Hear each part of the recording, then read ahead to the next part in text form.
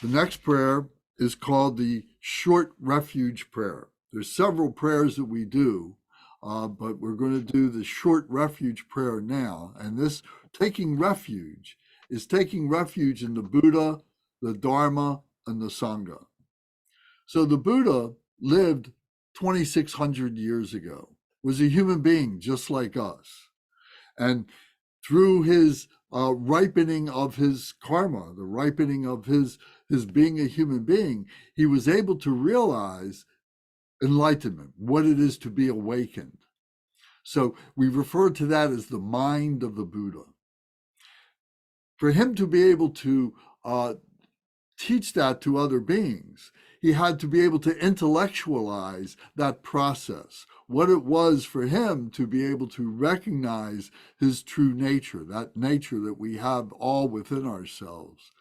So that's called the Dharma, the teachings of the Buddha. That's the intellectualization of the mind of the Buddha. So that's the Dharma. And then the third jewel, these are the three jewels. The third jewel is the body of the Buddha, the physical body of the Buddha, which includes our body, which includes all beings, all things, all nature, all phenomenal nature, because we coexist in this phenomenal existence, in this phenomenal world, and so on, that we call samsara. We'll talk more about that. But we have this body, we have this speech, we have this mind. So we're taking refuge in the pure body, the pure speech, and the pure mind of our true nature, of the Buddha.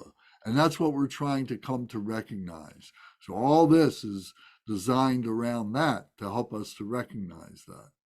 So this prayer is called the refuge prayer because we take refuge in these three jewels. So we recite this 3 times. In the Buddha, the Dharma, and the Sangha most excellent, I take refuge until enlightenment is reached. By the merit of generosity and other good deeds, may I attain Buddhahood for the sake of all sentient beings. In the Buddha, the Dharma, and the Sangha most excellent, I take refuge until enlightenment is reached. By the merit of generosity and other good deeds, may I attain Buddhahood for the sake of all sentient beings. In the Buddha, the Dharma, and the Sangha most excellent, I take refuge until enlightenment is reached. By the merit of generosity and other good deeds, may I attain Buddhahood for the sake of all sentient beings. The last prayer that we do as our motivation is to recognize the bodhicitta. The bodhicitta is the holy enlightened mind. Bodhi means enlightenment in Sanskrit, and citta means the mind, the heart mind, the big mind. So the 4 qualities, the 4 vast, immeasurable qualities of the holy enlightened mind, of bodhicitta, the 4 qualities are loving kindness, compassion, joy, and equanimity. So all these things we talk about over and over again. So this is the first time that we're explaining these, we're talking about these, so we'll have plenty of opportunity to go into more depth with this. And if you'd like to take notes, I really encourage everybody to take notes who's not familiar with these terms and so on. And so you can refer back to them and you can elaborate on your notes as you continue along, if you continue with us doing these 8 sessions of Buddhism 101. So this prayer is the 4 immeasurable qualities of bodhicitta: loving kindness, compassion, joy, and equanimity. So it's expressed this way. It says, may all mother sentient beings, boundless as the sky, have happiness and the causes of happiness. May they be liberated from suffering and the causes of suffering. May they never be separated from the happiness that is free from sorrow. And may they rest in equanimity, free from attachment and aversion. So the first line, may all mother sentient beings, boundless as the sky, refers to all these beings, all these sentient beings, all these mother beings, that we regard all beings the same as our mother. And this way, we look at everybody as the same. And whatever we would want for our mother, whatever loving kindness, compassion, joy, and equanimity we would want for our mother, we want for all beings. This is another way of overcoming our ego. So all mothers, sentient beings, boundless as the sky. Now the next line says, may they have happiness and the causes of happiness. So this happiness and the causes of happiness means loving kindness, understanding what it is to be happy and how it is that we maintain, sustain that happiness. The second line is, may they be liberated from suffering and the causes of suffering.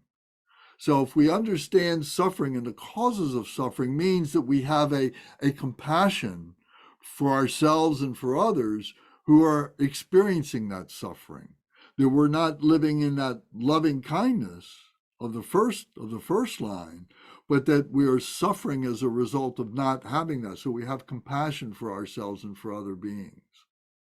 The third line is, may they never be separated from the happiness that is free from sorrow, which means that there is this joy, this empathetic joy that we have for ourselves and that we have for all beings, of being, that all beings have recognized this true nature in our heart center, that we all have this, and that we are abiding in that loving kindness, compassion, and empathetic joy for ourselves and for all other beings.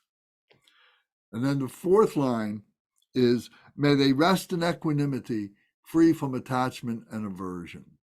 So equanimity means that there is this sameness, there is this balance through all things, that there's no attachment and there's no aversion, that we're in this sameness. We see all things as the same. So that's called equanimity.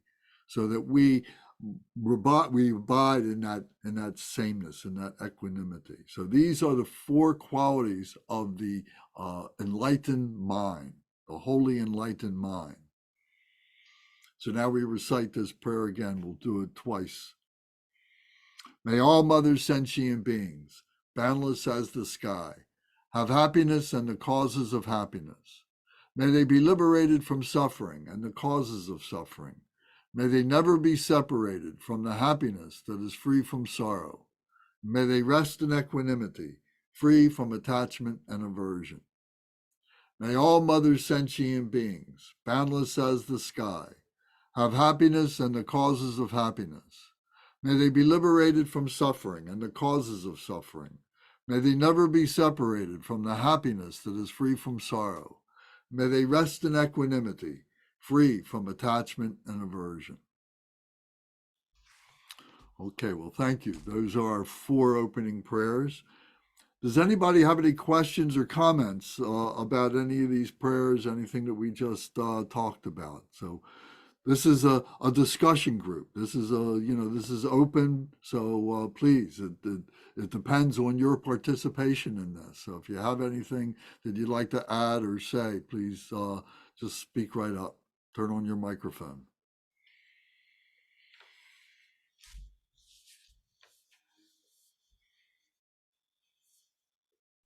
Yeah, I have a comment, Lance. I'm just going to observe that these prayers are all wonderful, but I just wanted to note that some of them I think are more commonly done in some schools of Buddhism than others, but then some of them are universal and you'll find them everywhere. And they're really good ones to, focus on and get to know and memorize if you're serious. The short refuge prayer, taking refuge is just a universal Buddhist thing. And also the four immeasurables. That's such a core teaching. If you just focus on those, you go a long way. Yes, thank you very much. Yes, and we'll be talking more about these as we progress along our cycle of teachings here in Buddhism 101. So thank you. So let me. Can I ask what the four immeasurables are? Sorry to interrupt. Loving kindness. Loving Oh, kindness. those, right, you just mentioned. So what are they? Loving kindness, compassion, joy, equanimity. Correct. Okay, very good. Yes. So those become as familiar to us as the back of our hand. Okay. So let me just take a minute to introduce myself to the people who haven't been here before, and maybe people who've been here but didn't understand a little bit. My background is I've been meditating for almost 50 years, maybe more than 50 years now. And I've been through many different religious traditions and so on in a meditative way. And when I discovered Buddhism, I found that this was the most articulate of all the systems to be able to understand the mind, to be able to understand how it is that we as human beings operate and what it is to be a complete human being. The Buddhism really, really articulates that very, very well and makes it open to all people. That it's not focused on just a select few of people who have to go through this progression to get to understand these certain things. If you can ask the question, you can get the answer to these things with Buddhism. So it's very accessible, and that to me was really important to be able to do. So that's why I chose Buddhism to be a vehicle for me to be able to express myself and my experience through this system of teachings. About 20 some years ago, I reached the age of 50, 55, and I realized that I had, the remainder of my life, to really activate, to actualize in my spirituality after having raised a family, having had a career and all that kind of stuff. And now it was time to really understand what it is to be a spiritual human being. So I really engaged and started reading a lot of books. And in most of all the books that I was reading about Buddhism, it all said that, well, you got to find a teacher. And I found that to be very important. And I did find a teacher. I found many teachers through this lineage of the Drikung Kagyu, which is a Tibetan lineage. The tradition that we follow is a Tibetan tradition. There's an Indian from East India tradition of Buddhism that traveled all around the world, and there was a part of it that went up into Tibet, and the Tibetan became a part of serious practice, a practice of the yogis, and of those who would go off into the hermitages and would spend a great deal of time in practice and so on, solitary practice, to they themselves to becoming a Buddha. So that's part of the tradition that we follow.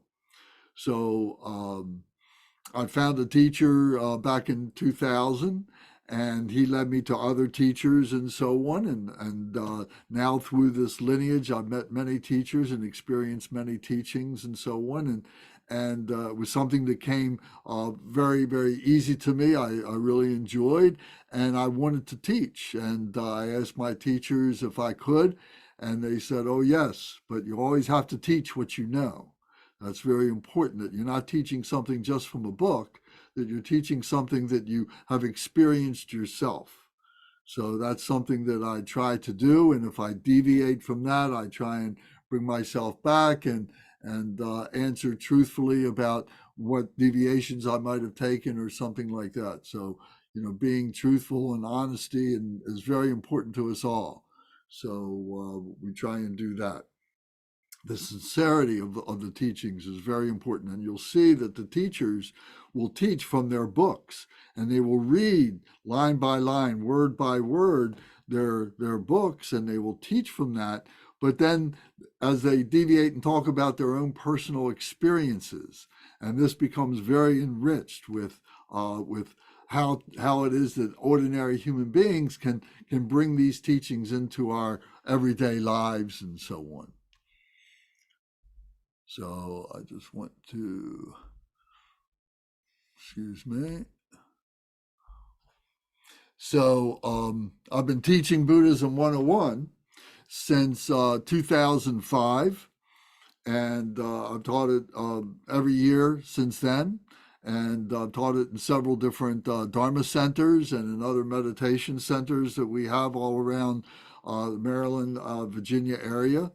And so there's been many people who have come through.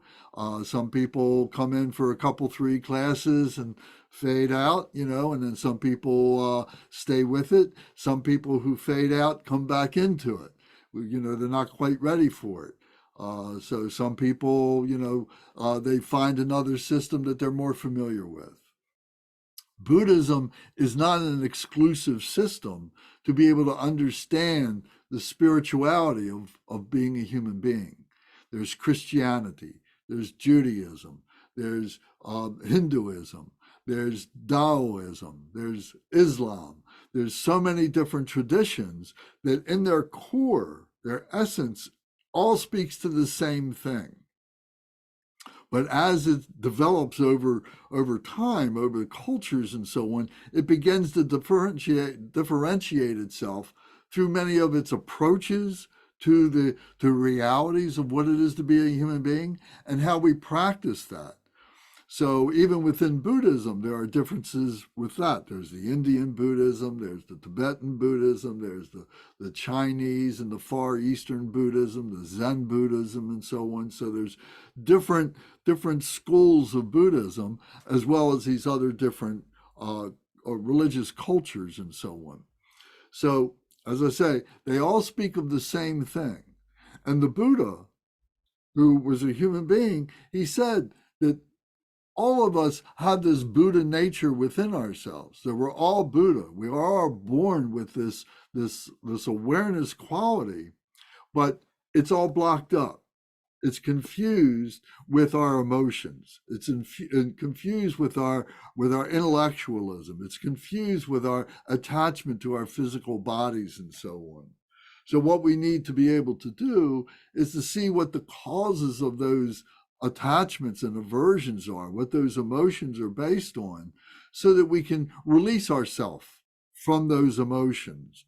And then as we do that, it's like opening up and releasing this light that comes from our heart center, releasing this light into our being, and we become radiant with this inborn wisdom that we have within ourselves, and so on. So all part of the Dharma teachings is how Shakyamuni Buddha was able to do this.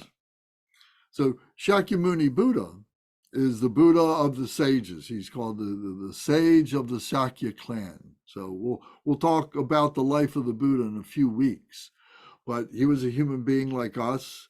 His name was Siddhartha Gautama, and he had many lives, and he was able to attain his awareness, his awakening of recognizing that he had this nature within himself that all beings had. And then he began to teach, and those teachings are called the Dharma. So I mentioned that a little bit ago. So the teachings are like a big circle. They go round and round, and we repeat them over and over again. And as we do that, we begin to tighten up our circle of going around, and those fundamental teachings become part of who we are. But they bring us to another level of teachings. So it's like a spiral. So as we get more and more familiar with the basic teachings, they rise up to the next level of the spiral, and then they go round and round. We repeat them, and then we go through another round where we go higher and higher and so on. But we continue at the very bottom to be able to repeat the basic teachings over and over again. So this keeps us grounded in the fundamentals. So whether we're a beginner or whether we're a more advanced or we're a more intermediate practitioner or we're a very, very advanced practitioner, we're going through the same cycle of teachings over and over again.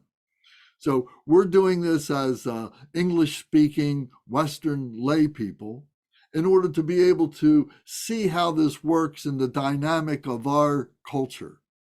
And it's not, and that's the beauty of this, is that the Buddhism, although it began in India 2,600 years ago, it's relevant today, just as much as it was 2,600 years ago. And it's amazing how much was recognized, how much was understood about science, how much was understood about the physical science, how much was understood about psychology, how much was understood about medicine and the arts and so many other things was understood 2,600 years ago and is still relevant today in our modern society as we know it today and so on. And for us, there's many lessons that we need to be able to remember back from those times of 2,600 years ago. Because what has happened over those 2,600 years ago, 2,600 years is many things have been suppressed. Many things have been forgotten. Many things have been said to be, oh, well, they're not important, or that I'm more important. My family is more important. My world is more important. My nation is more important. And then we began to make decisions as mankind, as human beings, that marginalized our spirituality. And that's been a problem. And that's what we're trying to recognize and to correct that loss of our spirituality. So we often say that we have three bodies. We have our physical body, we have our intellectual body, and we have our spiritual body. We're all familiar with our physical body, and we're all familiar with our intellectual body. So we want to look good, we look in the mirror, we want to be dressed right for our family, for our friends, for our work, and so on. It's important for us to have that strong physicality. And we also want to have a job. We want to have a relationship with our family and friends, and we have to have a career. We have to earn money and so on like that in society and so on. So we create this area of thought that we have for ourselves, this active that we get involved in, that we have these jobs, we do these things and so on. And our identity gets all wrapped up with our physicality and with this intellectual, aspect that we have in our lives, this intellectualism. This becomes our identity. And most human beings are satisfied to stay within that, to stay within their physicality and their intellectualism. But there's also this spirituality, this spiritual body. And the spiritual body, is what is a balance between the physical and the intellectual. So it's kind of like a three-legged stool. A three-legged stool will stand on its own, but a two-legged stool of just physical and intellectual will not stand up very easily by itself. You can't balance it very well, but a three-legged stool can. So we need to be able to recognize our spirituality because it helps our physical and intellectual relationship. We all talk about psychosomatic illnesses. When we're not feeling good, when we're depressed, we're unhappy, we start getting sick, we start having accidents. That's when there's an imbalance between our physical body and our intellectual body. It can happen the other way. When we're not feeling good physically, we can't think very good. We can't perform very well. We stay home from work. We get sick and so on. We can't meditate. We can't activate our spirituality. But our spirituality gives us a way to be able to kind of pull back a little bit and to be able to get objective about our physicality and our intellectuality, and be able to find where the corrections need to be. So that's what spirituality helps us to do. So the three things are our three bodies. And we work very hard to be able to understand that and to allow that to develop. And we become what we might call a complete human being by doing that. As a human being, what is it to be a human being? So these are the basic fundamentals of why I practice and what I hope to be able to bring to our discussions. And I wonder if anybody has anything that you'd like to say at this point. I'm going to have a little bit of a drink of water. If you have something, just bring up, turn on your microphone or raise your hand. Hey, Lance, I actually had some thoughts that I was thinking of before. I was really looking forward to restarting the classes. Well, good. Um, Yes. Thank you for joining us again.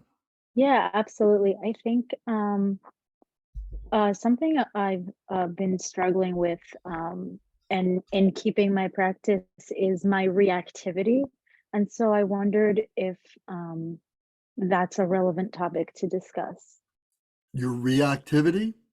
Yeah, like my emotional reactivity. You know, especially with all the illness that's been going around in my house. I think we're all a little feeling a little high strung and overwhelmed. So I think I have been lagging in my practice the last few weeks where I just kind of let my emotions take over. So I was wondering if that might be a relevant thing to quickly discuss. Well, the emotions are part of our survival technique as human beings. It's natural to have emotions. What is unnatural is to let those emotions control ourselves, to take over. Mhm. So we have to recognize what the causes of those emotions are. And here I think maybe you've articulated a few of them, you know, talking about illness and maybe being isolated away from friends and maybe not having the fellowship of talking in a group like this or something like that, that we kind of lose touch.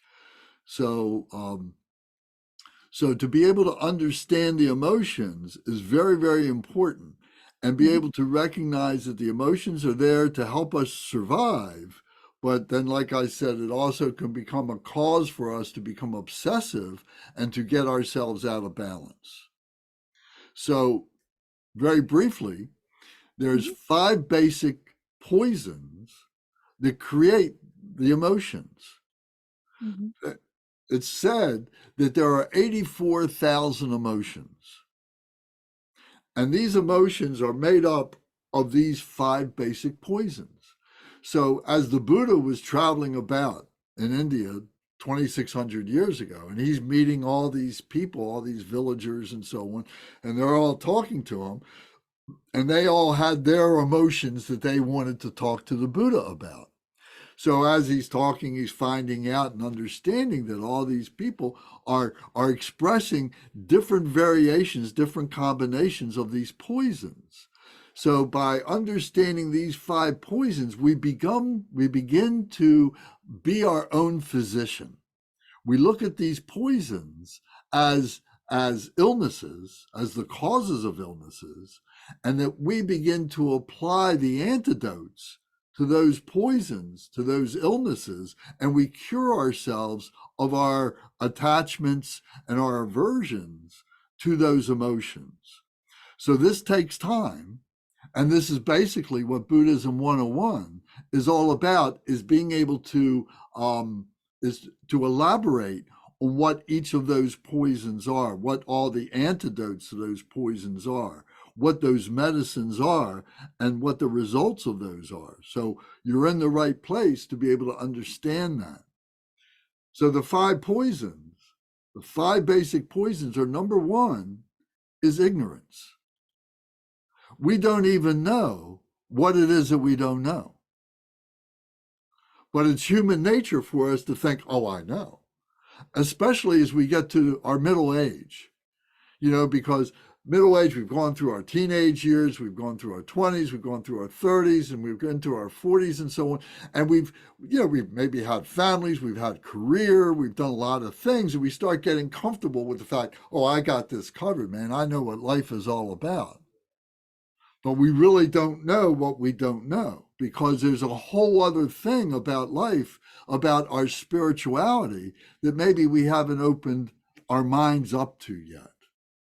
So ignorance about what it is that is causing suffering and confusion is the most basic of the poisons. The second one is hatred.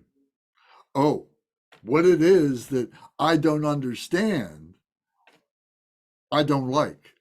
What it is that is a threat to me in some way, I don't like. So I create these angers, I create these hatreds, I create these aggressions against that which I have fear that is going to challenge my identity. So whether that's something in the family, whether it's something at work, whether it's something at school, whether it's something, we turn on the television and we're watching the news or we're reading a magazine or something like that. Oh, I don't like those people. I don't like that philosophy. I don't like what they're saying, all these different things. And we create these hatreds, these angers against the fearfulness that they are going to attack us in some way, at the very least in our own well-being. So we build up this hatred, this anger. Then the next one is desire. That I want these things. I need to have these things. I want these things for my own aggrandizement. This becomes my identity. I want to wear these clothes. I want to have this house. I want to have this family. I want to drive this car. I want to have this job. I want to do all these things that I need to have to be able to give me a satisfactory and powerful identity. So this becomes a drive for us that we have to have these things, and we hold on to these things. And not only do we want them, but we want more of them. And we want them at being able to capture them from other people. And we want to be able to take them from other people. We don't want them to have them, because then we become challenged in doing that. And then that becomes a hatred for us. So desire is the third of the five poisons that create the emotions. Then the next one after that is jealousy. Jealousy and envy are two sides of looking at the same thing, and it comes from a sense of poor well-being, that we don't understand ourselves. We have a weakness within ourselves, a vulnerability, and we think that we're not capable of doing something or being able to have something, and we're jealous of those that have it. We're envious of those that have it. And it's something that stays in the back of our head, so to speak, in the back of our mind, so to speak, and is always kind of festering, saying, oh, you're not good enough, you're not well enough to be able to have those things.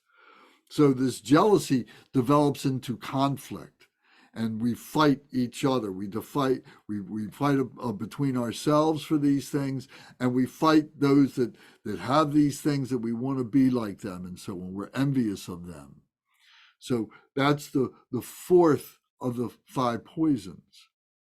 And then the fifth one is greediness, or pride, that comes out of that greediness.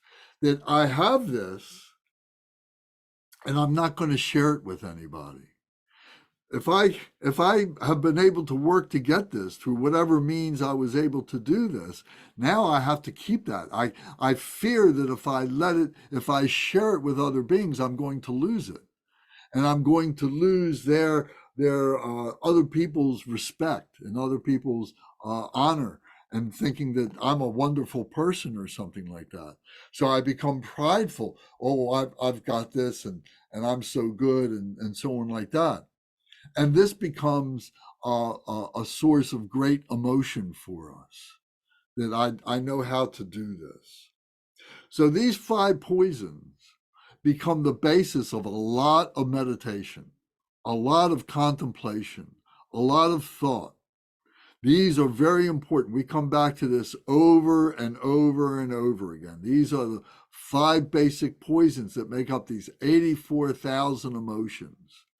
So what our job is as becoming a meditation practitioner, as becoming a person who is understanding what it is to be a complete human being, we have to understand what it is that it is to be a human being, and what it is that makes us feel vulnerable.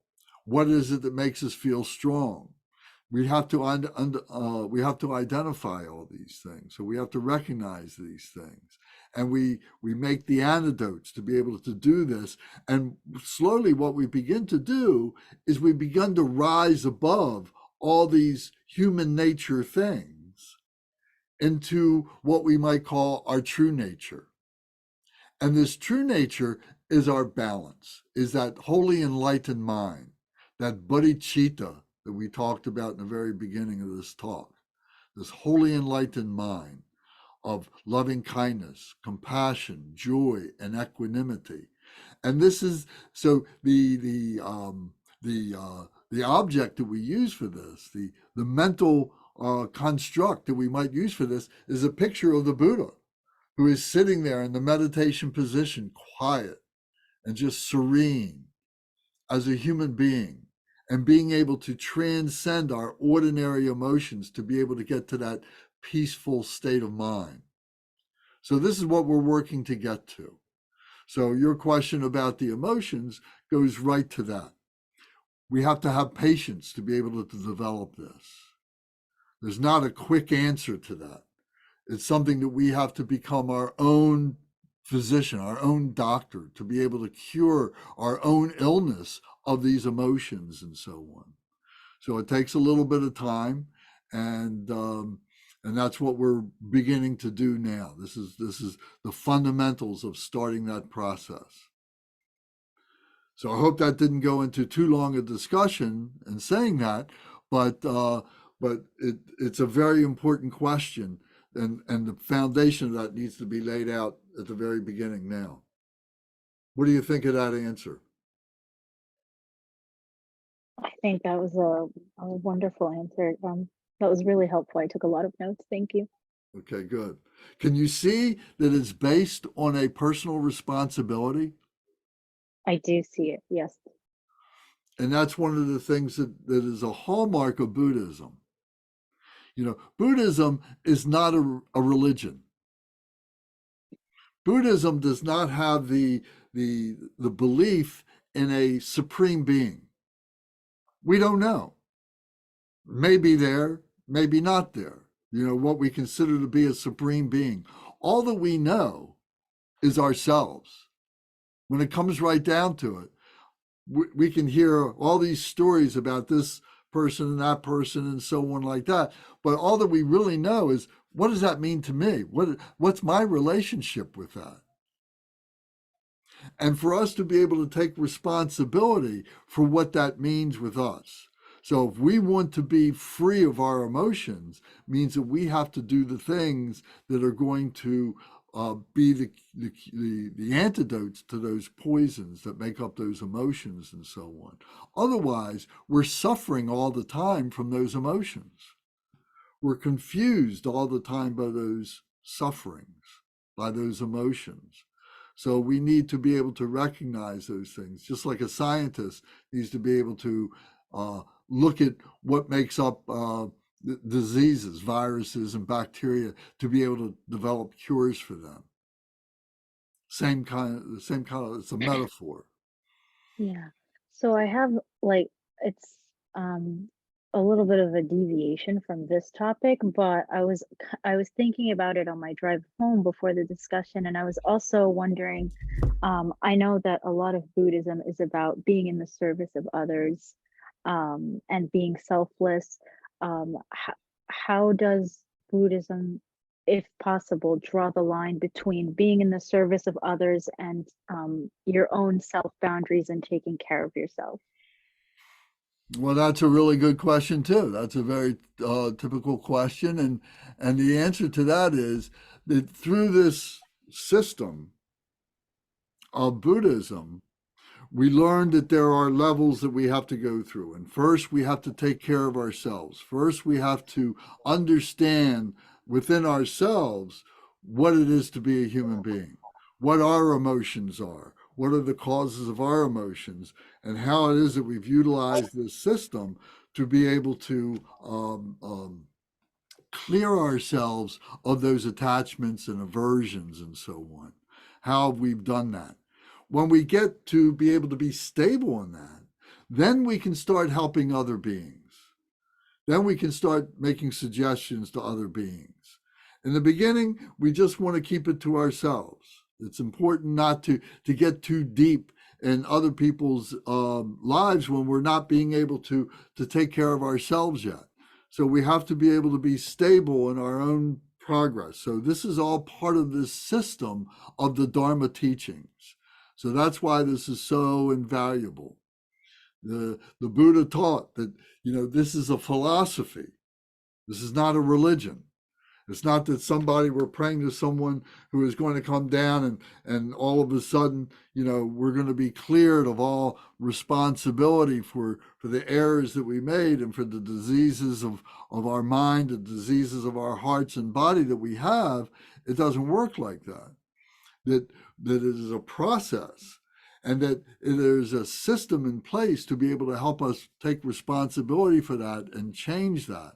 So that's what the Dharma is being able to understand the system. It's not unlike going to school to learn to be a doctor or a lawyer or a business person or whatever. You learn about the building blocks of what that particular profession, what that community is learning and is practicing, and that you begin to take it over yourself, and then you begin to add it into your societal experience and so on. So we do the same thing spiritually to be able to understand that. So it takes time.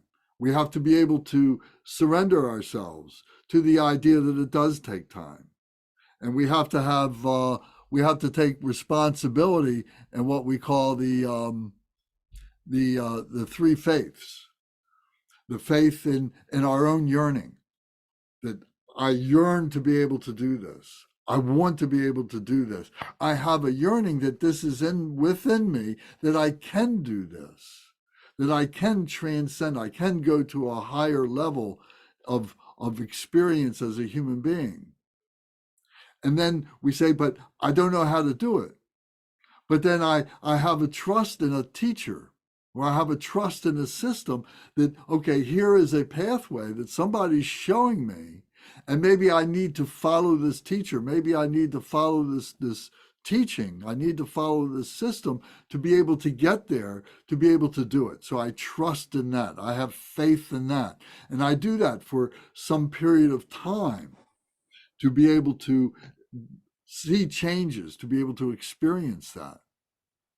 And then we have the faith, the clear faith, the faith where we see that the changes have come. And you say, oh, wow, what I've been trying to learn, what I've been trying to do really does work. And I can see the changes that it's made within myself and how around me my life has changed and so on. And now I have faith that this does work. So my yearning faith, my trusting faith, and my clear faith lead me to the realization that, yes, I can take responsibility for these things, and I can make the changes that are necessary. This is the quality of a human being over and above other beings. We talk about sentient beings. Sentient beings are any beings that are born, that have sickness or illness during their lives, that can suffer injury during their lives, that have old age and go through a degradation of their qualities of life as they get older, and that they die. Those four qualities are what qualify a sentient being. Animals are sentient beings. Insects are sentient beings. But they can't change themselves. They can't change their environment. Human beings can. That's what separates human beings from ordinary sentient beings. That we can make changes in our lives and so on. So that's part of responsibility, of being able to recognize how to do that responsibly and so on. So that's another good question.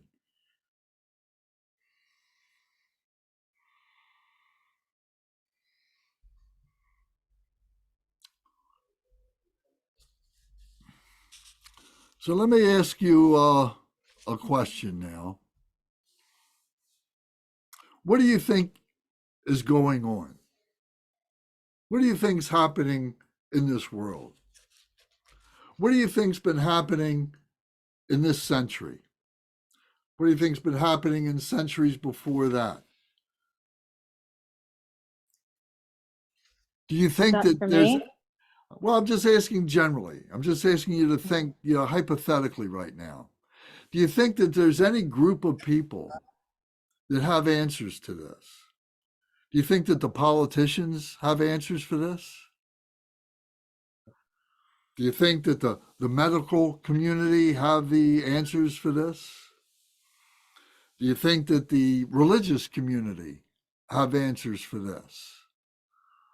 Do you think that wealthy people have answers for this? Or poor people, maybe they're the ones with the right answer? Or do you think that the business people, the business tycoons, they have the answers to this? Or maybe it's the young people. Oh, the young people, they're coming at this fresh. They've got an answer. But then maybe the old people do. Well, they've got all this experience. Maybe they've got the answer. Or maybe it's the people who are the middle-aged people who haven't become tainted by the complacency of their old age. Maybe they've got the answer. They've already raised families and so on, and maybe they've got the answer. Maybe it's the middle class people, the people that aren't too rich, the people that aren't too poor. Maybe they've got the answer. Maybe it's the artists that have the answer. Maybe it's the people who can play music that affects us all, whether we're rich or we're poor, whether we're young or old. No matter what kind of a job we have, we're all moved by music. Or maybe it's the painters, the artists who can paint wonderful paintings and convey a compassion to us. Maybe they've got the answer. Maybe it's the philosophers. Maybe they've got the answer, the people that can think out of the box. Maybe it's the people that think about things, that are happening on another planet, on another solar system, somewhere else in the galaxy or in the universe or something like that. So who do you think knows what's going on? And the answer to that might be, well, maybe nobody does. And we're just creating this story for ourselves. We're trying to find our own peace of mind, somewhere where I can live, I can abide, and so on. And can I do that without hurting other people? Or can I do this at other people's expense? And I'll rob from people, I'll steal from people, I'll lie to people. I'll do this by hurting other people. What's my responsibility in all of this? So this is a fundamental question. What's going on? And what's my part in this? Where am I happy? Where am I sad? What's my sorrow? What's my confusion? What are my emotions? So these are kinds of questions that we need to ask ourselves. So what I'm trying to do now is to give you permission to ask these questions of yourself.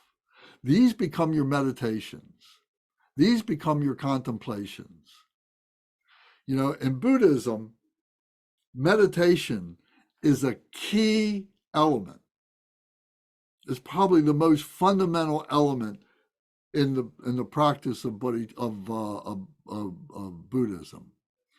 Other traditions have it. They might talk about prayer. They might talk about meditation and so on, but it's not articulated very well from my experience. You know, maybe I haven't been given the right books, or I haven't found the right books. But in Buddhism, it's right up front, you know, about developing a meditation technique. Every time we learn some academics, like the 5 poisons that we learned 15 minutes ago, I talked about those 5 poisons. Those are academic building blocks of all our emotions. So we need to be able to process them in a way that is separated temporarily from all the things that are going on around us. So we go into a room, we go into a place where it's quiet, where it's controlled, where the phone's not going to be ringing, that we're not going to hear the television in the background. We're going to be able to go through a meditative practice, a contemplative meditative practice, to be able to look at these questions and be able to develop the answers to these questions through a logical progression, through a process of saying, oh, well, what is this?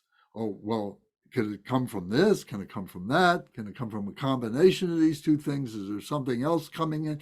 And be able to break this all down and be able to then put it back together again. This is what meditative concentration is all about. And it is a huge part of what we do. So we're teaching what the building blocks are, but then it's up to us as individuals to take our lives apart in meditation and put them back together again. So meditation is not a passive thing. Buddhist meditation is a very active process. It's not you just going to sit here and empty your mind. It's impossible to do. If I asked you all right now to sit and meditate with no thought for 30 seconds, you probably get through the first 5 seconds before you start thinking about, well, has it been 5 seconds or something like that? So what we do, we go through a process of contemplation that exhausts our thoughts until we get to that point where there is no thought, where we do have that meditation experience. But it's through that process that we're able to do that. And when we have that moment of exhaustion, of no thought, there's a peace there. There is a loving kindness there. There is a compassion there. There is an equanimity there, a joy there. That bodhicitta that I was talking about. And that's what all the enlightened beings have within themselves. We have it within ourselves. We have the potential for that, but we've got all these emotions and stuff. So we need to learn the process of meditation, and we need to learn how to meditate and what to meditate on, what the contemplation part of that meditation is. So again, this is what we're doing in Buddhism 101 to help us to understand that.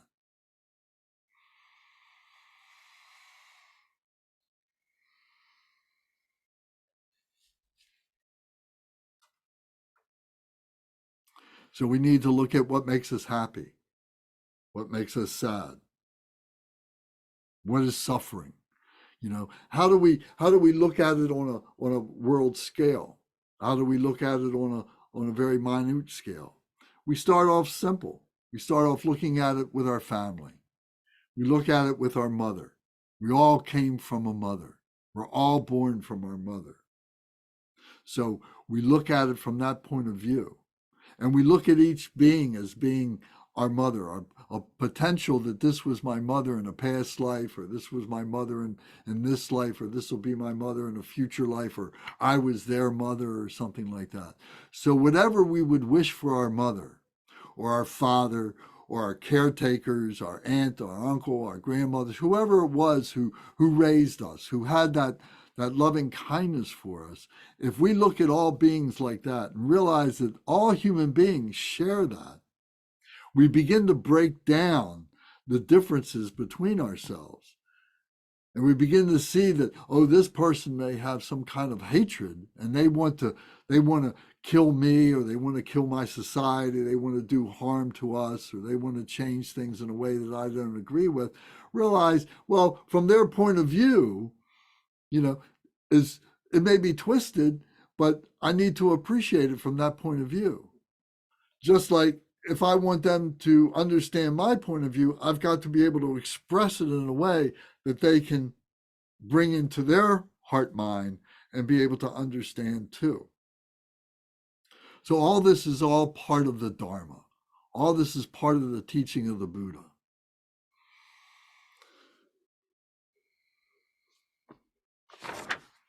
So to help us do this, we use examples. So the examples are teachers. And if you want to get to someplace, if you want to go to New York and you need directions how to get there, and you meet somebody on the street and you say, oh, can you tell me how to get to New York? Should that be your first question? Or should you say to that person, hey, have you been to New York before? And if they say yes, they say, oh, well, I'd like to go. Can you help me? How do you think I should go about getting there? And then they might lay out, different ways that you could go there and so on like that. But if you engage a person and say, hey, how do I get to New York, without ever knowing that being there, it may be some egotistical, prideful maniac who says, oh, I know how to get there. Well, first you got to go to Detroit, and then from Detroit, then you got to go over to Chicago, and from Chicago you go over to New York or something like that. They can take you through all these detours and different ways of getting there, so you can lose your way very quickly and so on. So to have a good teacher, you want to know someone who has been to where it is that you want to be. That's a very important thing. But something that maybe we don't always think about. We just take for granted that somebody knows where we're going, especially with something as subtle as what we might say enlightenment or happiness. So, who are the best teachers? Are the best teachers human beings? Or are they human beings who have had the experience of meditation realization, of meditative experience, of having gone through the Dharma teachings, having gone through Christianity, of having gone through Islam, of going through different traditions, Taoism, and understanding what these different philosophic journeys are. Is this someone that you would want to have as a teacher? And are they using a system that has a purity at its very root, at its very heart center of being, and of something that can be repeated over and over again, something that has a library of thoughts, a library of visualizations, a library of examples. So I think everybody would answer in the affirmative, yes, that's the kind of teacher that we want to have. That's what we're looking for. So going back to now Buddhism is rich in that. And it has a whole catalog, if you will, of these representations of human beings that guides us through purity of being able to refine wisdom, being able to refine compassion, being able to refine fearlessness, being able to refine healing. There are all these different qualities of activities to be able to recognize that within ourselves we have these capabilities, but we haven't found the right teacher, we haven't found the right instruments, the right mechanisms to be able to recognize and to purify these things that we come naturally to, that we have all this wisdom within ourselves. Where is all this to be experienced? Is it experienced outside of ourselves, or is it experienced within ourselves? It's all experienced within ourselves. That's where it all happens. We say that within ourselves, this true nature is like a diamond, is like an indestructible diamond.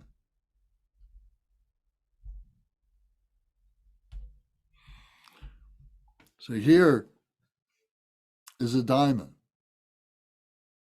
And this diamond is made up of bodhicitta, loving kindness, compassion, joy, and equanimity. It is the mind, the indestructible mind of enlightenment, is in our heart center. It is awakened. It is the benefit, it is for the benefit of all beings. And the way in which this diamond works, it's got these many, many different facets on it. And each one of these different facets has a name. And each one of these different facets has an activity.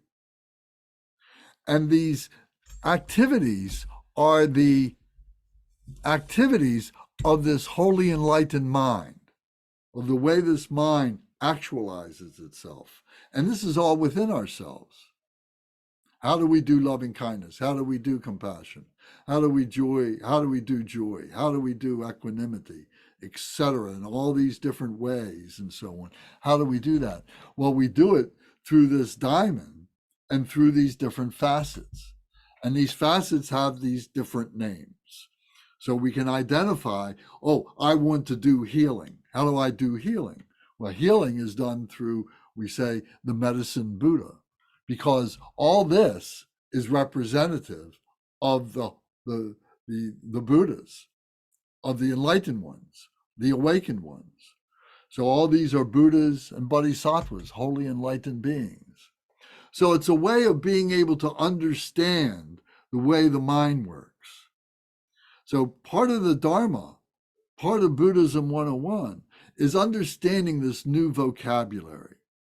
It can't be done in just our regular English vocabulary, because there are some concepts and so on that are really outside of the ordinary Western experience, that our culture doesn't really support that.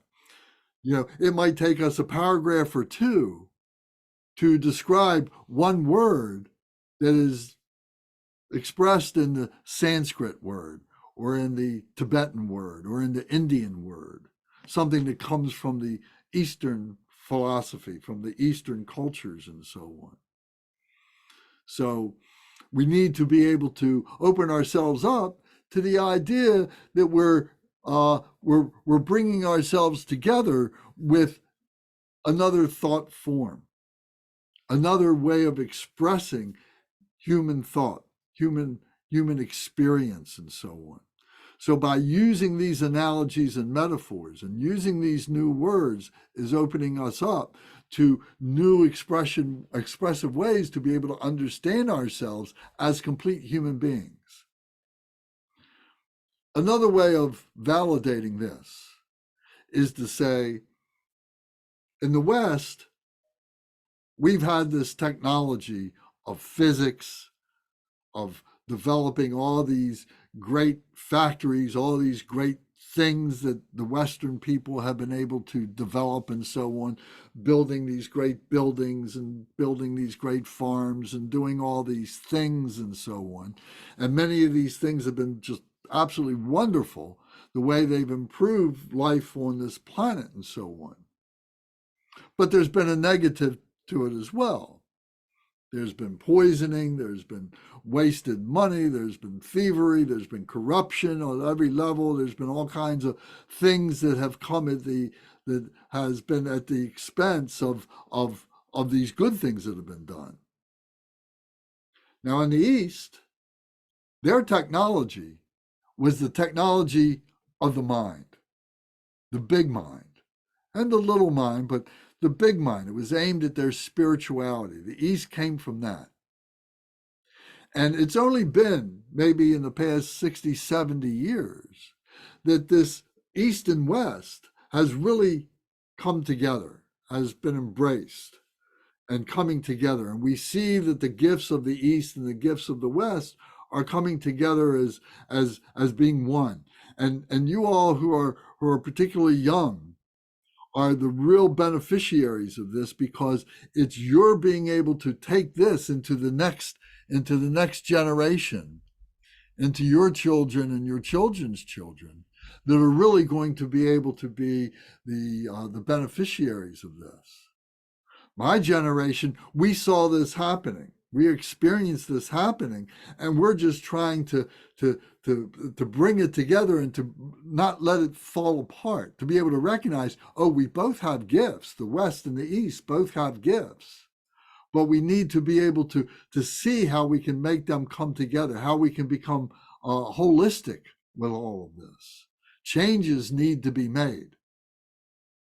You know, what's happening in the East is they're becoming westernized.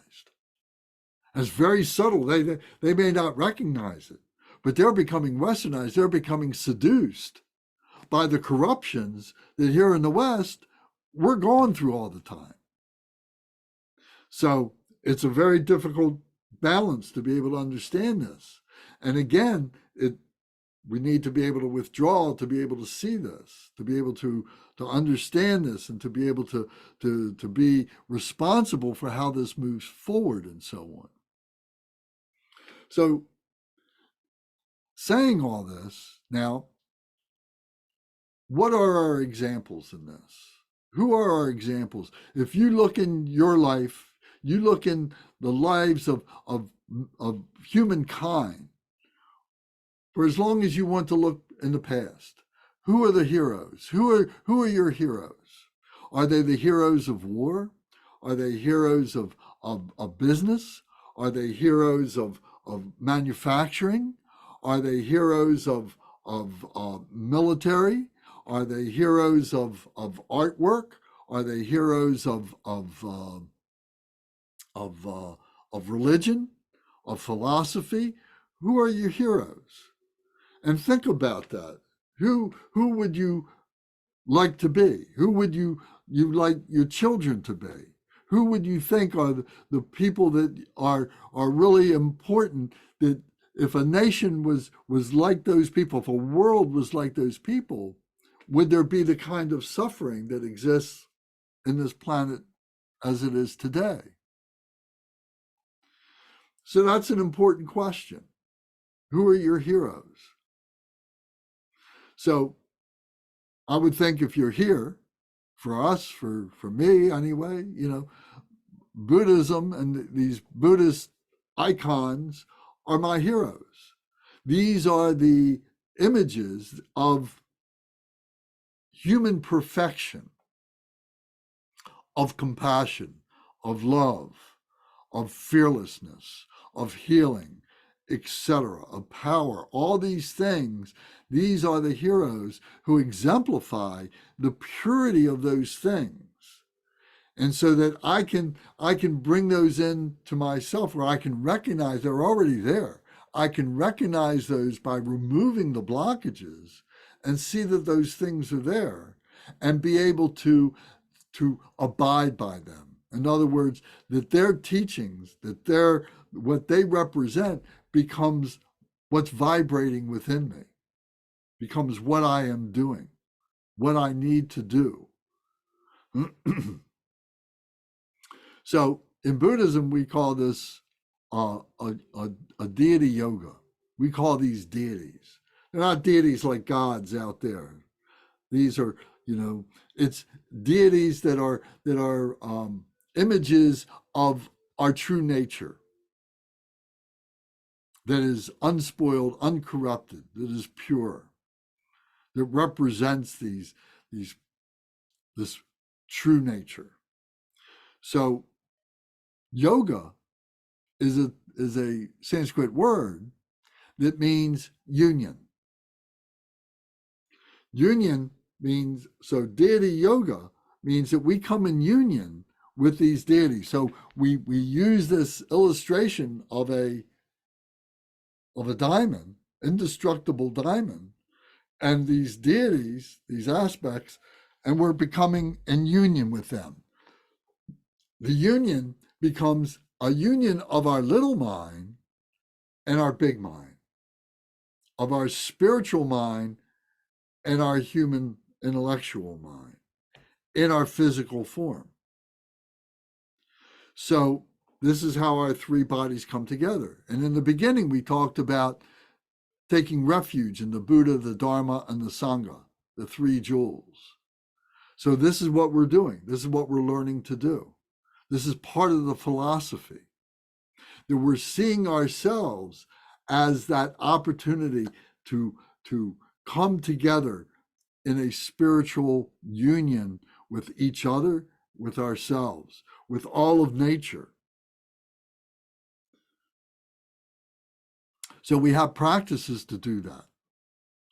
And the practices require an image of a body, so that we can focus on an image that stabilizes our mind from jumping around. It focuses on a speech. The speech is the agent of the intellectual mind, of the brain. You know, when we speak, we have to have a thought, and the thought comes from our brain, and that brain thought has an intellectualism about it. And as we're speaking, there's an activity there, and so on. So as we speak, we're actualizing that intellectualism. So we need to take the physical body, we need to take the speech, and we need to use those two as a key that opens up our spiritual heart. So that spiritual heart is that Buddha, is that Dharma, is that understanding, is that becoming the embodiment of our spirituality. So these practices help us to do that. So the first thing that we need to be able to do, so this is, now we're getting into the practice part of things, is we need to be able to recognize wisdom. And wisdom is a combination of success and failure. How many of us have heard the adage, I learn more from my mistakes than I learn from my successes? I'm sure we've all had that experience. We've all heard somebody say that, and maybe we've thought it ourselves. And wisdom comes from that.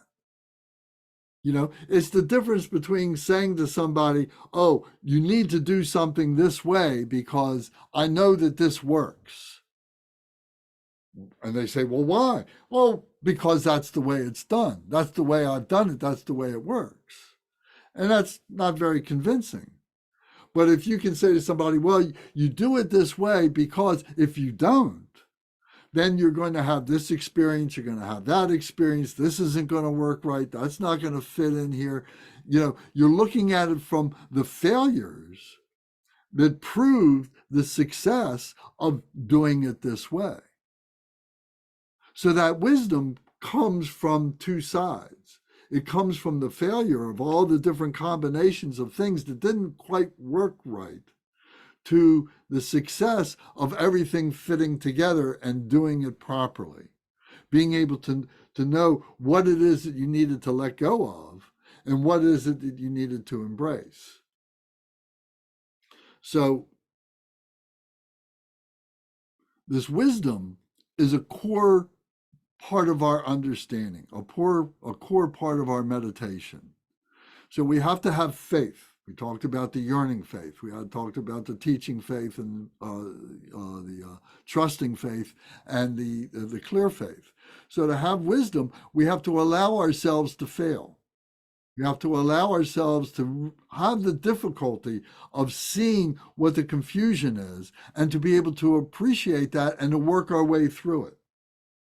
And then we develop a stableness, because if when the winds come to blow the sand, or whatever metaphor you want to use, when the obstructions come that blow against that which you've created, if it's not stable, then the winds come and blow it down because you didn't make it stable enough to be able to withstand those winds. So you need to understand the force of those winds, and the winds being the negativities, the confusions, the things that didn't work beforehand, the failures and so on. We have to withstand that.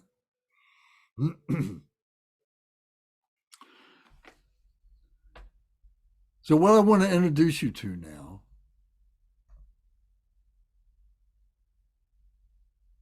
is a practice. This is the Buddha. This is the Bodhisattva Manjushri. A Manjushri is an image of an enlightened being who is so pure and represents wisdom.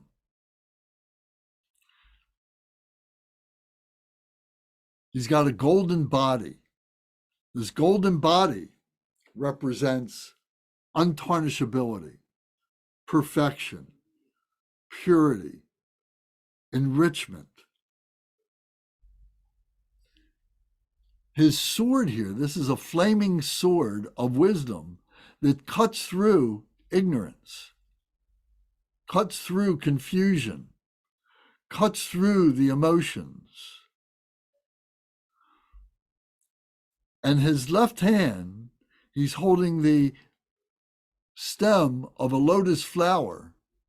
The lotus flower represents purity. And in that flower, in the midst of that flower, the pod of that flower is a book. And that book represents the sacred teaching. The sacred teaching. So the left is receiving this pure sacred teaching coming in and goes round the heart of the Bodhisattva Manjushri and goes out through his right arm, through his right hand to the sword of wisdom that cuts through ignorance, that cuts through confusion. So this Manjushri is a bodhisattva, is a holy enlightened being. And this becomes a visualization for us. This becomes a hero to us. That we are practicing in a way that we recognize Manjushri as one of these aspects of this diamond, this indestructible diamond within ourselves. So if you hold your right hand up like this, holding the sword of wisdom that is cutting through all negativity, all delusion, all confusion, all dualistic nature, and your left hand, is holding the stem of a lotus flower, and the lotus flower has in it a book like this, a book of wisdom, a book of understanding, a book of loving kindness, a book of bodhicitta, a method by which we can purify ourselves. So this wisdom is coming in through the left. The wisdom comes through our heart, comes around our heart, and goes out through our right hand through this sword to cut through ignorance for our benefit and for the benefit of all other beings. Remember, everything we do is for all other beings. So This is how we are transforming ourselves to become a Buddha and a Bodhisattva. A Bodhisattva is a human being who is on the path to becoming a Buddha. It means a wholly enlightened being. Bodhi means enlightenment. Sat is a being, and Sattva is a holy being. So it's a wholly enlightened being. So there's many bodhisattvas. And a human being gets on the path to become a Buddha by becoming a bodhisattva, by becoming a wholly enlightened being. And then when we get to that point of perfection, then we can cross over to become a Buddha, a human Buddha, a Buddha that has transcended ordinary humanness of just physical and intellectual humanness, but now a complete human being, a Buddha human being. And this is something that we all have the potential to do. This is one of the core teachings that the Buddha, Shakyamuni, taught us 2,600 years ago, and his genius to be able to explain this. And then we rediscover it for ourselves. We're not taking his word for it. We're discovering for ourselves. And it doesn't matter whether we're a man or a woman. It doesn't matter whether we're young or we're old, we're rich or we're poor, what race we are, where we come from. None of that matters. What matters is that we're a human being, that we have this potential within ourselves. This is being a precious human being. Many human beings don't have this. There are many human beings who are steeped in their ignorance, who are steeped in their arrogance, who are steeped in their confusion and their emotions and so on. And they don't recognize these things for many reasons. And we'll look at that later. But I think that for all of us that are here now, we can recognize that we have this potential within ourselves right now. So, this wisdom is within us. It is part of who we are. It is part of our nature. It's blocked up, but we need to be able to release it. We need to be able to use that sword of wisdom to cut through that confusion, that dualism.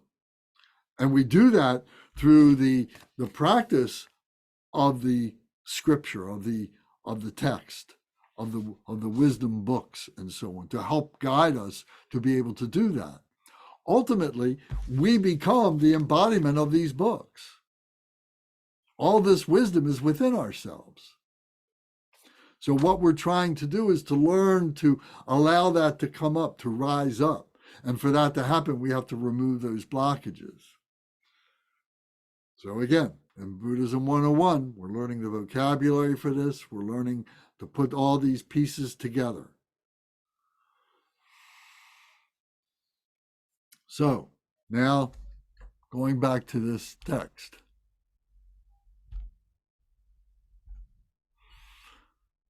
So this is a brief practice of Manjushri, Jnana-sattva, the wisdom being, called the wisdom of light. So this light, so this light, this language that is being used in our meditation ultimately becomes beyond our ordinary English language or Spanish language or German language, whatever language we happen to come from on this planet. It goes beyond that, and it becomes a language of light. We begin to see this wisdom as light, and this light has different words that help to articulate what that light is and so on. So this comes from more advanced experience with what it is that we're talking about now. I'm giving you a very broad and deep understanding of where it is that we are now and where it is that we're going, what our potential is. So this language of light is what we're beginning to experience, is what we need to experience. So we're pointing out these things to you. So here it says, I prostrate to the Guru, inseparable from Manjushri. This is the short practice of the heroic wisdom being. Sit in the proper position, recite the preliminary prayers of refuge and bodhicitta, and then meditate in the state of emptiness, free from all dualistic conceptions. So we go through this process of visualization, of understanding where we are, who we are, and we're looking at the world around us as being not just this ordinary world, but this world of being this bodhisattva, of being this holy enlightened being. And we're making offerings to this being. We're making offerings to ourselves because this being is within ourselves. This Manjushri is within ourselves, as is all these other deities. And we can recite this praise. We get to this part where we recite this praise, where we recognize this.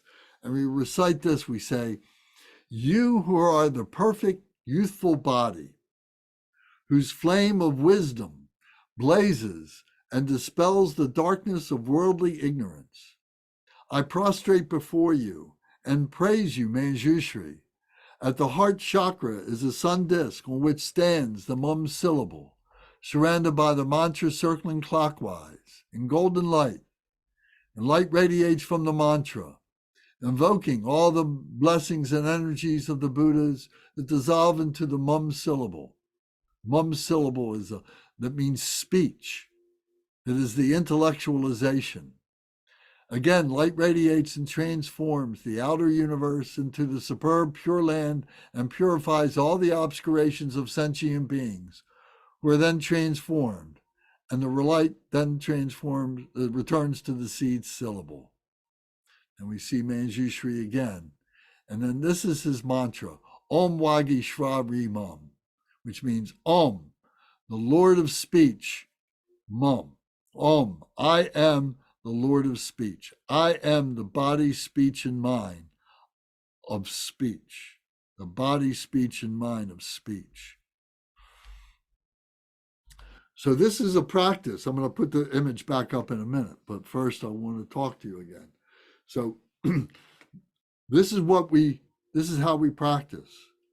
And it's through this process of over and over again, doing this over and over again, of going through all the stuff that I just kind of went through very quickly without stopping and explaining. But I wanted you to see what this sequence is and the goal of this sequence. This goal of the sequence is to transform ourselves into this jewel of enlightenment, which is all these different deities within ourselves. This is the core of Buddhism. Seeing ourselves as all these perfections of all these activities that we do as human beings.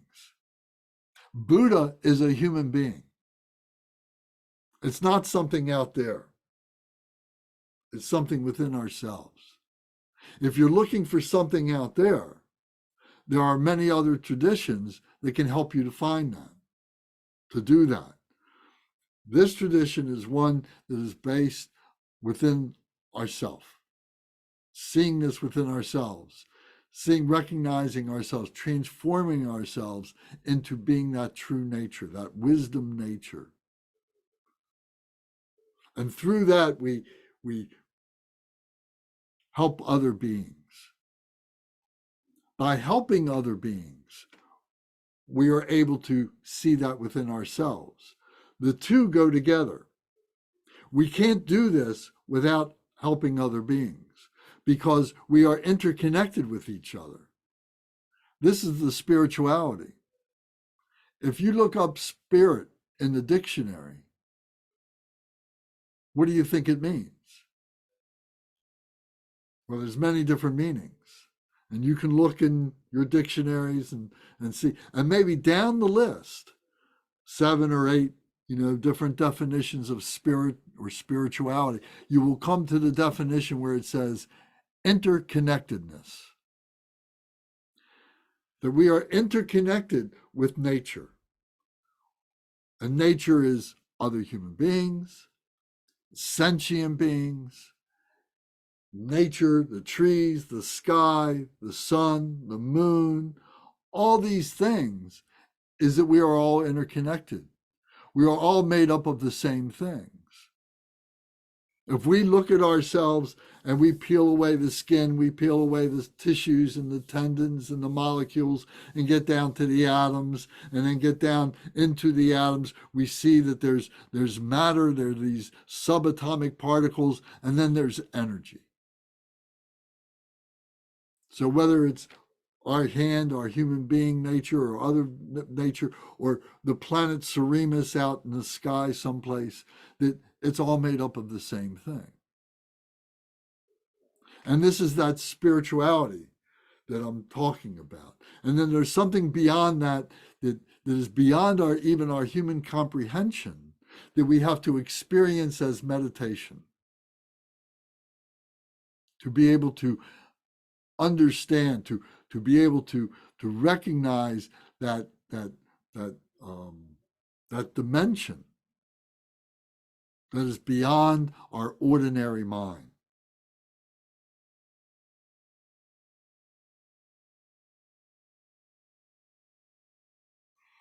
So I want you to experience one thing with me now. I want you to visualize this deity. You are holding this sword, this flaming sword of wisdom. You are holding the lotus flower and the book of wisdom at your left with your left hand, and the right hand is holding the sword of wisdom that is cutting through ignorance and confusion. And that you're saying, Om, I am the Lord of speech, Mum. Mum means speech in Sanskrit. Om, I am the Lord of speech. And the mantra is in Sanskrit. It's Om Wagi Shvabri Mum. Om Wagi Shvabri Mum. So feel the power of this. Let your ego go. Nobody's a good singer here. Nobody is a good chanter here. Nobody has a good voice. You can keep your microphone off if you wish. You can just listen to my terrible voice. I'm not going to pronounce this perfectly. But if you go to 10 different teachers, they'll all recite it maybe a little bit different. So we rejoice at that. But the point is to join in with your voice. Let your voice vibrate your entire body. Let your body, your speech, and your mind come together by reciting this mantra. I am the Lord of speech. I am the Lord of speech. Om Wagi Shvabri Mum. Om Wagi Shvabri Mum. Om Wagi Shvabri Mum. Join me in saying this. Om Wagi Shvabri Mum. Om Wagi Shvabri Mum. Om Wagi Shvabri Mum. Om Wagi Shvabri Mum. Om Wagi Shvabri Mum. Om Wagi Shvabri Mum. Om Wagi Shvabri Mum. Om Wagi Shvabri Mum. Om Wagi Shvabri Mum. Om Wagi Shvabri Mum. Om Wagi Shvabri Mum. Now with the melody. Om Wagi Shvabri Mum. Om Wagi Shvabri Mum. Om Wagi Shvabri Mum. Om Wagi Shvabri Mum. Om Wagi Shvabri Mum. Om Wagi Shvabri Mum. Om Wagi Shvabri Mum. Om Wagi Shvabri Mum. Om Wagi Shvabri Mum. Om Wagi Shvabri Mum. Om Wagi Shvabri Mum. Om Wagi Shvabri Mum. Om Vagishvari Mam, Om Vagishvari Mam, Om Vagishvari Mam, Om Vagishvari Mam. Om Vagishvari Mam, Om Vagishvari Mam, Om Vagishvari Mam, Om Vagishvari Mam. Om Vagishvari Mam, Om Vagishvari Mam, Om Vagishvari Mam, Om Vagishvari Mam. Om Vagishvari Mam, Om Vagishvari Mam, Om Vagishvari Mam, Om Vagishvari Mam. Om Vagishvari Mam, Om Vagishvari Mam, Om Vagishvari Mam, Om Vagishvari Mam. Om Vagishvari Mam, Om Vagishvari Mam. Om Vagishvari Mam, Om Vagishvari Mam. Om Vagishvari Mam, Om Vagishvari Mam. Om Vagishvari Mam, Om Vagishvari Mam. Om Vagishvari Mam, Om Vagishvari Mam.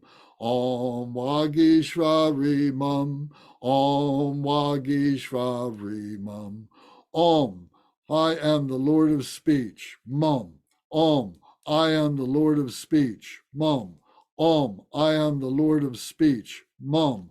Om, I am the Lord of speech. Mum. Om, I am the Lord of speech. Mum. Om, I am the Lord of speech. Mum. Om, I am the Lord of speech. Mum. Om, I am the Lord of speech. Mum. Om, I am the Lord of speech. Mum. Om, I am the Lord of speech. Mum. Om, I am the Lord of speech. Mum. Om, I am the Lord of speech. Mum. Om, I am the Lord of speech. Mum. Om, I am the Lord of speech. Om Vagishvari Mam, Om Vagishvari Mam, Om Vagishvari Mam, Om Vagishvari Mam. Now keep your eyes closed. Keep your back straight. Take a deep breath with both nostrils.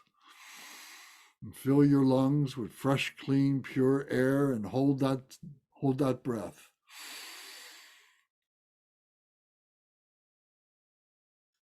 And exhale through both nostrils. Squeeze all that negative, dark air out and hold that breath.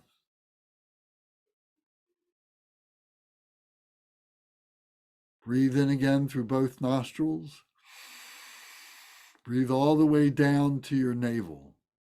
Bring the breath all the way down to your navel and hold the breath. Fresh, clean, pure air coming into your lungs. Then exhale, squeezing your navel, squeezing your abdomen, pushing against your lungs, squeezing all that stale negative air out. And hold that vacant breath. Keep your back straight.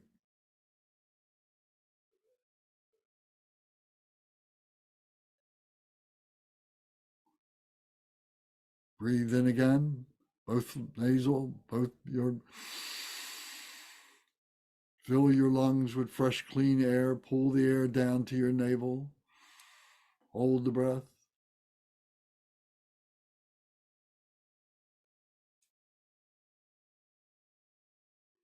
Exhale, squeeze your abdomen. Stale negative air going out. Hold the breath.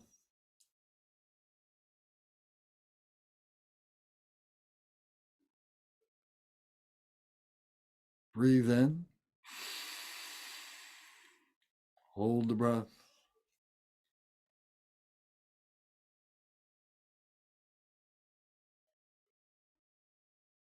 Exhale. Hold the breath.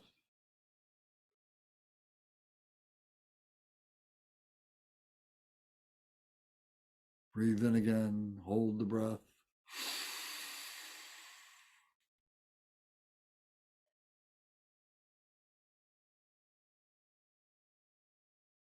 Exhale.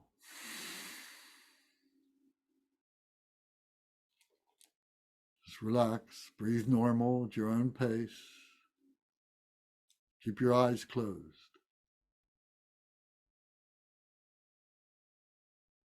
Visualize the wisdom book,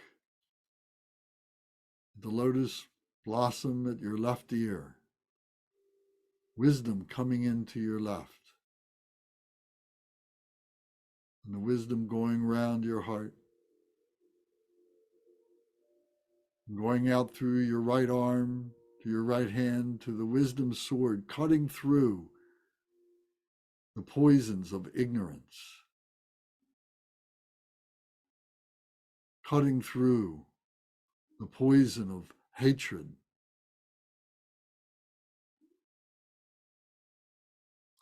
Cutting through the poison of desire.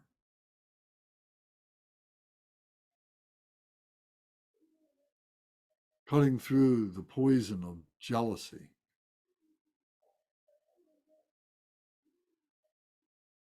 Cutting through the poison of greed.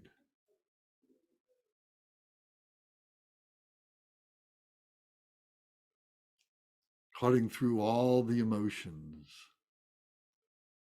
all the combinations of those poisons together, causing all our confusions, all our sicknesses, all our illnesses.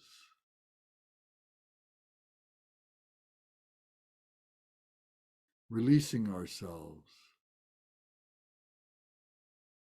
from our own limitations, freeing ourselves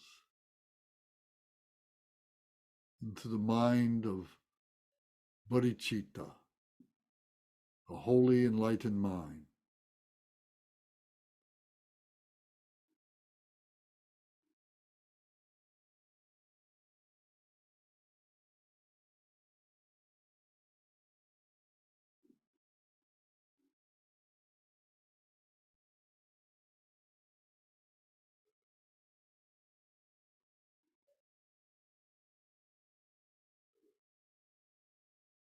Take a deep breath. Hold it.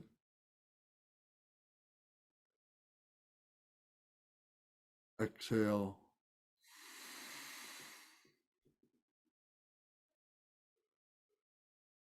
Breathe normal. Open your eyes. Relax.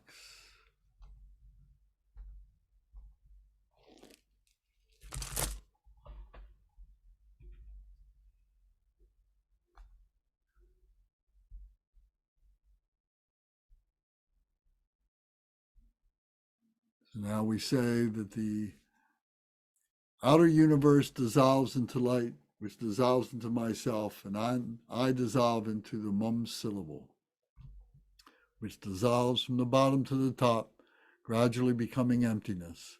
And I meditate in the bliss of non-duality of subject and object. And then I once again resume the form of Manjushri.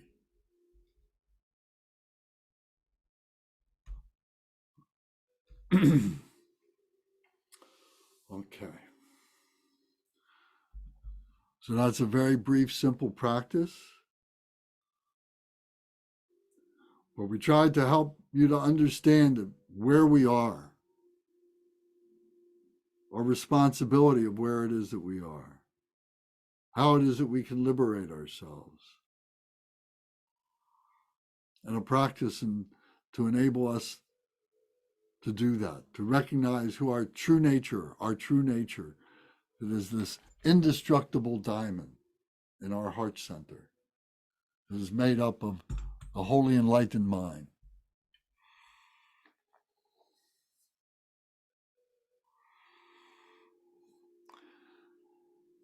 So Faiza, please I'd like to hear your comments or questions. What did you think about that? Well, which part specifically? Any part? It's hard to find the words. It was, it definitely penetrated different parts of my heart and mind.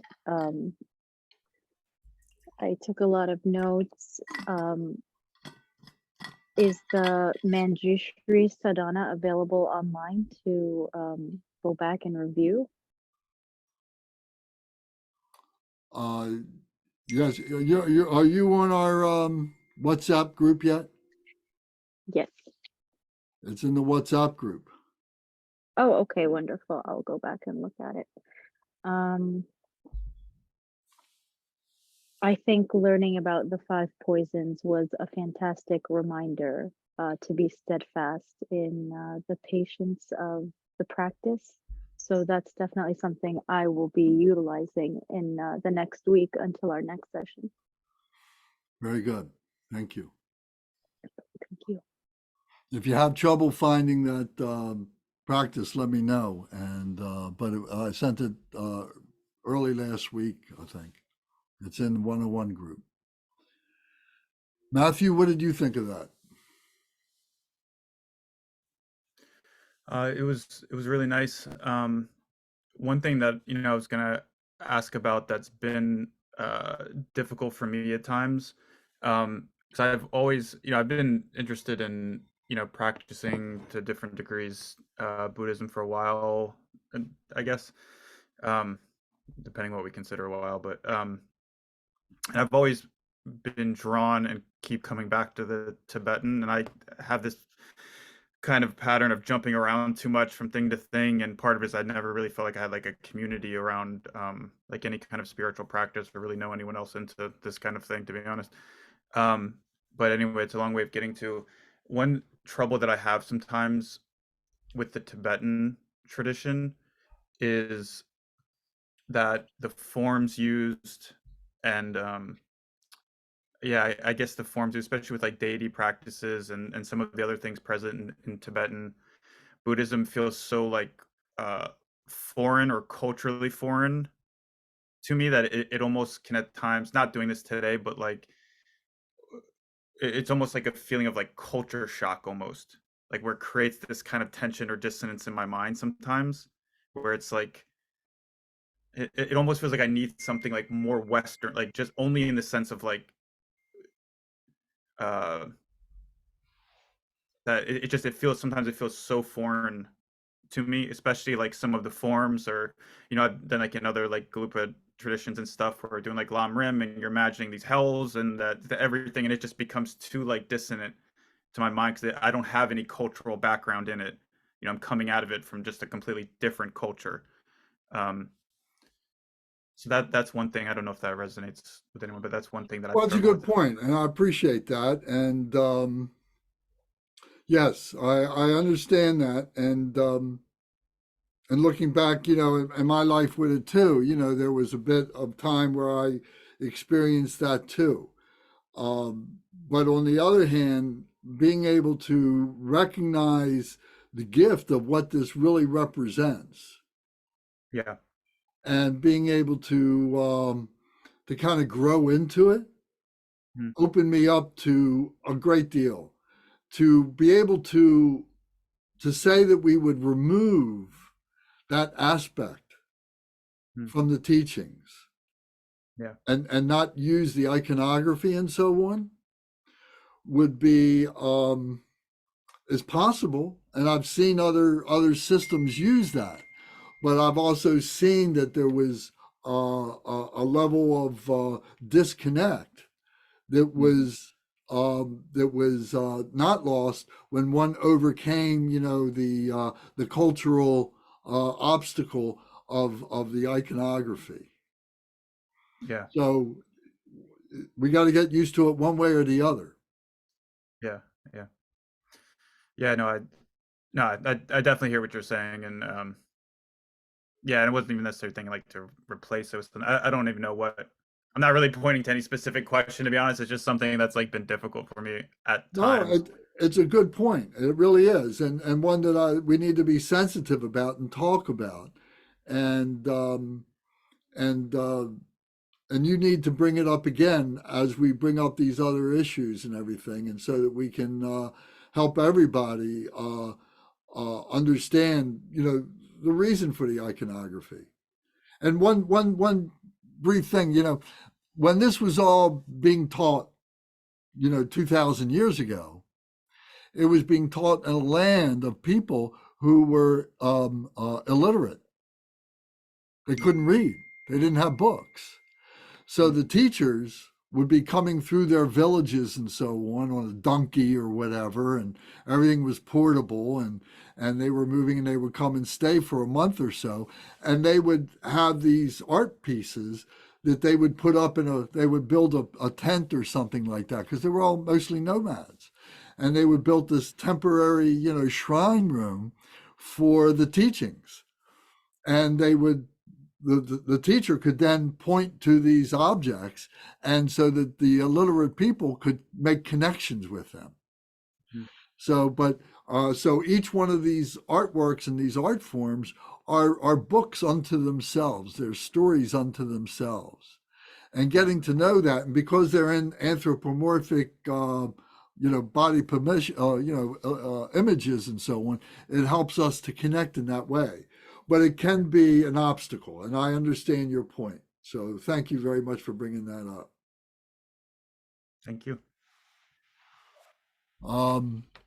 Karina, how about you? Did you have any questions or comments about your experience with this?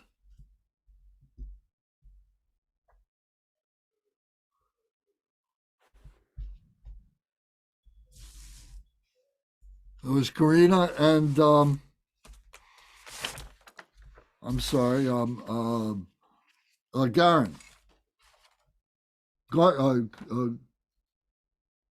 Gavin.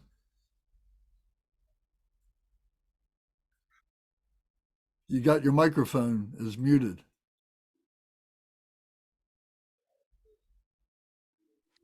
Yes. There you are. Yes, I thought the teachings today were very important. It's a gift to understand the 5 basic poisons. Mm-hmm. Karina and I really enjoyed chanting the mantra. Mantras and meditation, yes. Understanding the meditation is that within us, and not like guided meditations truly aren't the definition of what meditation should be. And in our need to be able to recognize wisdom, these are all solid foundations that I feel are great gifts today. Yes, I'm too. Karina is just learning English, so she knows a lot of English. I'm just very understand everything, and very like all information, sure. But he say everything right, what I feel. Well, very good. Well, I'm glad that you joined us. And if you'd like to be on our email list, so you get notices, please send me an email. Yes. And do you use WhatsApp? Are you familiar with WhatsApp as a? Yeah, sure. Yes. Yeah, that's our preferred method of communication. So if you can give me your information, I can send you the link for that so that you can join our group, and it's very easy to communicate. Okay, sure. Thank you, Lance. We will you. do that. You're welcome. So we're not finished yet, so please don't go. I do have a few more questions I want to ask. Brendan, how about you? What did you think about this tonight? Lance, the mantra was to the same tune as Om Mani Padme Hum. Yeah. Yes. Chant the Sangha for the longest time. So thank you. But the meaning is different. The meaning is different. Yes. But it opens up the heart center, and that's the important thing, It does. The only other comment I want to make is that you had me thinking a lot about who my heroes are, and I realized that they've changed a lot since I was a child or a young adult, which I suppose is progress. In Persig's great book, Zen and the Art of Motorcycle Maintenance, he talks about climbing a mountain and going through the trees and looking for trails, and that there's certain people who have blazed trails before us up this mountain, and that great spiritual teachers are those people, metaphorically. And so I think nowadays people like Thomas Merton, Alan Watts would be some of my heroes today, as opposed to the athletes and generals who I liked when I was a child. So Right. Right. Well, very good. Well, good. Thank you very much for that. Yes. So the heroes metaphor was good, huh? That was oh, absolutely. And also, you know, what's it all about? Like what's going on in history, and a lot of samsara. yes. But I see. Well, good. Well, thank you. We'll come back to those themes. Is your daughter doing okay? She's getting the help she needs. All right. So, Well, that's good. All right. Well, I'll talk to you about that again. all right. Thank you very much for being here. Zara, would you like to make a comment? Are you available to do that? You've been responsible for a number of people being here tonight, and if you have some your words of wisdom, we'd love to hear them. Oh, hey, Lance. Hi, everyone. Lance, I'm like sort of what Gavin said and what I've heard other people say. Hearing the repetitiveness of the five poisons is I feel like something I should do every week if I could just listen to this recording, because it's so easy to drift off of that conceptually as you go through your week. It's almost like you need to just play an audio recording every Monday to remind yourself, as I get into this week's suffering festival, these five things will be the denominators. So it's a reminder to me to maybe make an intentional action to come back to really being contemplative on that more frequently in my month, as like listening intentionally in a protected time. So thank you. Well, very good. Well, thank you for the referrals and appreciate that. Thank you, Lance, of course. Yes. So we've gone beyond our normal time. It's a little bit late. We got to do our dedication prayer. So unless someone else has something burning that you'd like to share, or you want to wait until after we do the dedication to talk more, we can. But I want to be respectful of the time as well. And I wanted to talk with the new people that were here and get them connected with our group. So that's why I called on them first. So now we will do our dedication prayer. So if we can go to page 21 in our book, and if the new people who are interested, if you'll put your email addresses or phone numbers or whatever into the chat, then I can include you into our WhatsApp group or to our email group. I prefer WhatsApp if you have that, or I'll send you a link so you can join it. But now comes our dedication. And this is a very important part of our practice, because what we are dedicating is whatever wisdom and merit that we have accumulated by way of doing this practice, this teaching, that we are dedicating that to the enlightenment of all sentient beings, not holding on to it selfishly for ourselves, but that we are dedicating it to others. We are sharing it with others. Glorious, holy, venerable, precious, kind root and lineage lamas, divine assembly of yidams and assemblies of Buddhas, Bodhisattvas, yogins, yoginis, and dakinis dwelling in the 10 directions, please hear my prayer. May the virtues collected in the 3 times by myself and all beings in samsara and nirvana and the innate road of virtue not result in the 8 worldly concerns, the 4 causes of samsara, or rebirth as a Sravaka or Pratyeka Buddha. May all mothers sentient beings, especially those enemies who hate me and mine, obstructors who harm, misleading Mars, and the hordes of demons, experience happiness, be separated from suffering, and swiftly attain unsurpassed, perfect, complete, and precious Buddhahood. By the power of this vast root of virtue, may I benefit all beings through my body, speech, and mind. May the afflictions of desire, hatred, ignorance, arrogance, and jealousy not arise in my mind. May attachment to fame, reputation, wealth, honor, and concern for this life not arise for even a moment. May my mind stream be moistened by loving kindness, compassion, and bodhicitta, and through that may I become a spiritual master with good qualities equal to the infinity of space. May I gain the supreme attainment of Mahamudra in this very life. May the torment of suffering not arise even at the time of my death. May I not die with negative thoughts. May I not die confused by wrong view. May I not experience an untimely death. May I die joyfully and happily in the great luminosity of the mind as such and the pervading clarity of Dharmata. May I, in any case, gain the supreme attainment of Mahamudra at the time of death or in the bardo. Om, Ah, Hum. Om, Ah, Hum. Om, Ah, Hum. May my body, speech, and mind become inseparable with the body, speech, and mind of all the enlightened ones for the benefit of all sentient beings.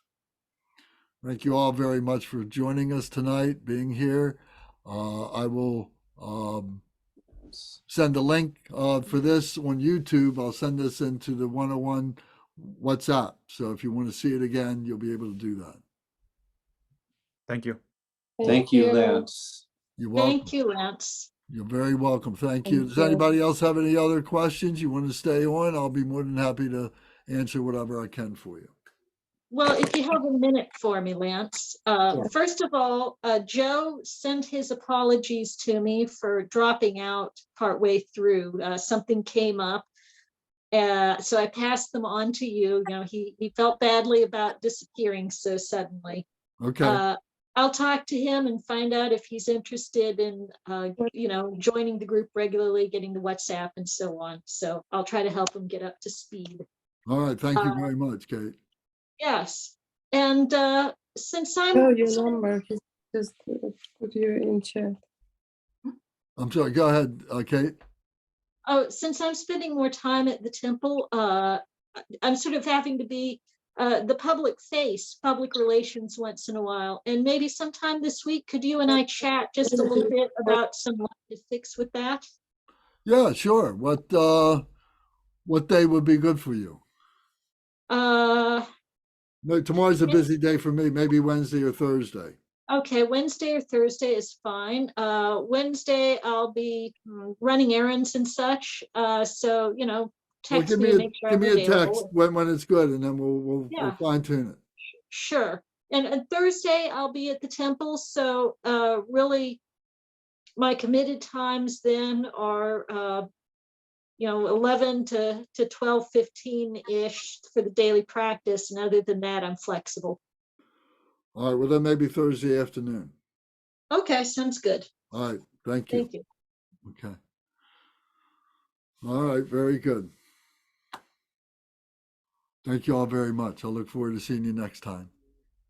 Thank you. Did Night all. you put your information in the chats? Let me see. Yeah. I got it. Okay. Thank you, Lance. Sorry All right. for my voice. Oh, good, Alex. Alexander. Yes. How are you? Ah, You got a cold, huh? I've been recovering, but recovering well, I think. All right. Well, good. Yeah, me too. But it's always, I also, every time I hear you, it's almost the same topic sometimes, but I keep hearing new things, so it's great. All right. Very And, good. and what I realized today is this Manjushri is preparation for us, for our speech to be even more powerful than it already is. And because that in the later stages, we're going to use our speech for further development, and having this purity of mind and purity of speech that offered by this Manjushri meditation seems like a great empowerment to ourselves. Very good. Thank you. Yes, I agree. It's a great gift we give ourselves. Lance, may I ask a very simple question very quickly? You had Sure. mentioned that there's other traditions out there that this is what's inside of us, which you were talking about earlier. Are you talking about other traditions as in other non-Buddhist religions? Is that what you meant by that? Yeah. Yeah. Whether it's Christianity or Judaism, whatever, yes, that there's other traditions, yes. Just wanted to make sure I was clear on that. Thank you. Okay, doke. So I'll see you all soon, next week, if Good not night, sooner. everyone. Okay. And we do Medicine Buddha on Thursday night. So if you can join us, the same link as this, on Thursday night at 7 o'clock, we do Medicine Buddha practice. So if you want to enjoy a whole practice with us for healing, Medicine Buddha for healing is very, very good. So you'd be welcome to join us. Oh, yeah. Thank you. Okay. Good night, everybody.